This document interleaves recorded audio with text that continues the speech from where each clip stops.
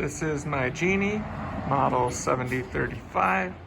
It's a 3/4 horsepower garage door motor. And I just wanted to show you guys, it's chain operated, but super easy to install.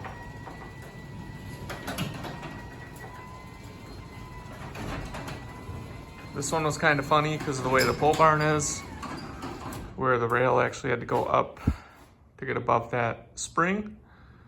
But this one came by accident and I tried to return it. It was an ordeal because I really wanted the 1/2 horsepower.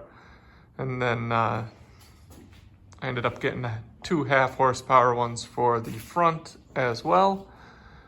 But, you know, this is really a nice, easy garage door opener, easy to install. And it came with this clicker, it came with the keypad, it came with a 3-button remote.